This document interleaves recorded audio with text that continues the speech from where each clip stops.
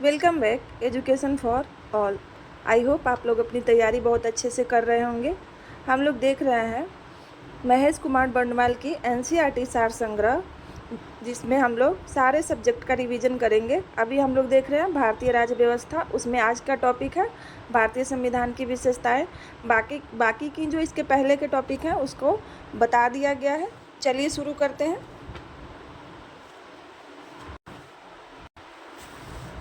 संविधान में हमारे राष्ट्र का उल्लेख किन नामों से किया गया है?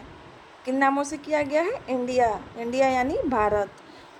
इंडिया डैट इज भारत या भारत अर्थात इंडिया। भारत और इंडिया के नाम से उल्लेखित किया गया संविधान में। आगे देखते हैं, भारतीय संविधान में किस प्रकार की शासन प्रणाली है? तो संसदात्मक शासन प्रणाली की व्यवस्था की गई है। संसदात्मक शासन व्यवस्था में विधायिका और कार्यपालिका पर नियंत्रण होता है। जो संसदात्मक शासन व्यवस्था होता है उसमें जो विधायिका होता है उसका नियंत्रण किस पे होता है? कार्यपालिका पर। अध्यादेशात्मक शासन प्रणाली का आधारभूत तत्व क्या है? एकल कार्यपालिका होता है। क्या होता है? अध्यादेशात्मक शासन प्रणाली का आधारभूत तत्व क्या है? एकल कार्यपालिका होता है। भारत की संसदीय शासन प्रणाली एवं ब्रिटेन की संसदीय शासन प्रणाली के मध्य अंतर का मुख्य बिंदु कौन सा है? न्यायिक समीक्षा होता है।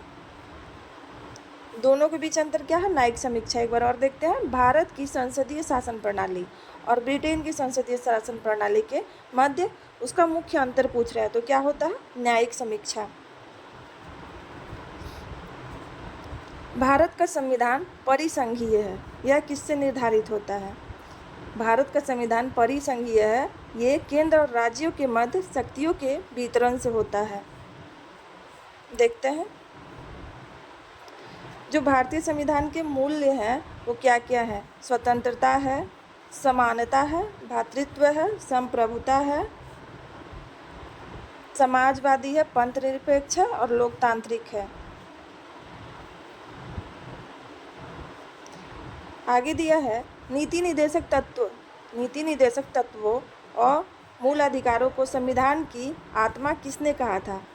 तो ये कहा था ग्रेनविल ऑस्टिन ने। क्या कहा था? नीति निर्देशक तत्व है और मूल अधिकार, उसको संविधान की आत्मा कौन बोला था? ग्रेनविल ऑस्टिन ने बोला था। मूल संविधान में कुल कितने अनुच्छेद और कितनी अनुसूचियाँ थी? तो ये 395 अनुच्छेद और 8 अनुसूचियाँ और भाग 22 थी। भाग कितनी थी? 22। आप लोग याद रखेंगे। वर्तमान में अनुसूची 12 हो गया है और अनुच्छेद 450 से ज़्यादा हो गया है और भाग हो गया है 25। सर्वप्रथम कांग्रेस के किस अधिवेशन में जनगण मन गाया गया था? कलकत्ता अधिवेशन वर्ष 1911 में। जनगण मन सबसे पहले कलकत्ता अधिवेशन में वर्ष 1911 में गाया गया था। राष्ट्रगान के गायन का मानक समय कितना होता है? 52 सेकेंड। कितना होता है? जो राष्ट्रगान होता है 52 सेकेंड में हम लोग गाते हैं। इसके रचयिता कौन है?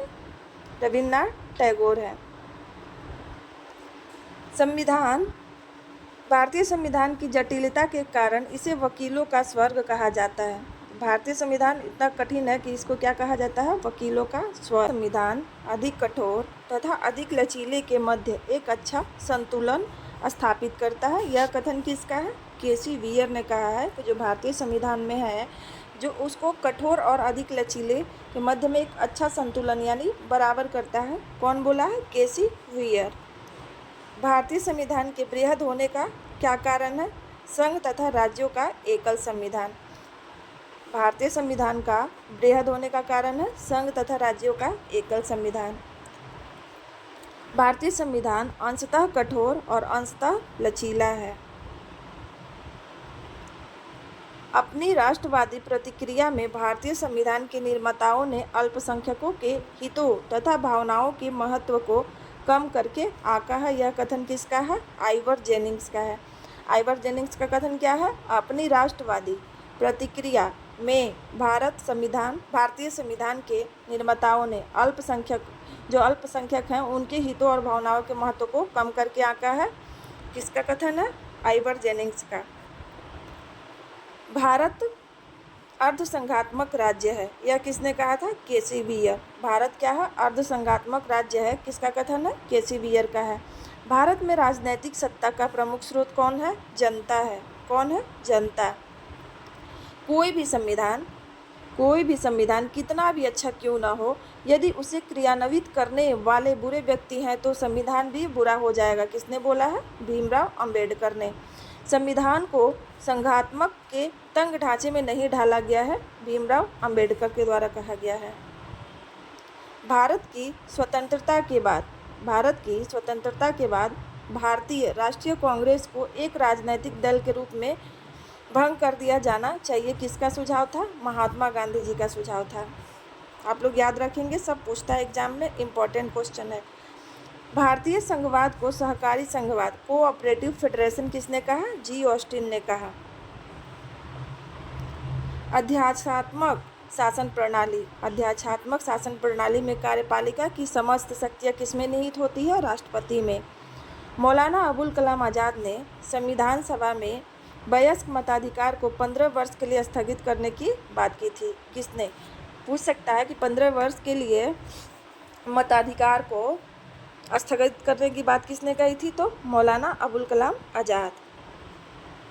भारत का राष्ट्रीय पशु कौन सा है? बाघ, ये तो सबको पता होगा। भारत का राष्ट्रीय पुष्प कमल। भारत का राष्ट्रीय पक्षी मोर। भारत के राष्ट्रीय ध्वज में कितनी तीलियां हैं? 24 तीलियां हैं। कितनी है? 24 है।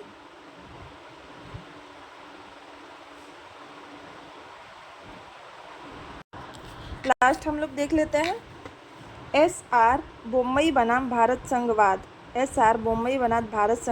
1994 में उच्चतम न्यायालय में कहा, भारतीय संविधान एक परिसंघात्मक संविधान है। क्या है? संघात्मक संविधान है। सॉरी। आई होप आप लोग को वीडियो पसंद आ रहा होगा। अगर आ रहा होगा तो प्लीज़ वीडियो पूरा देखें, लाइक और सब्सक्राइब करें और अपने दोस्तों को भी शेयर करें। धन्यवाद।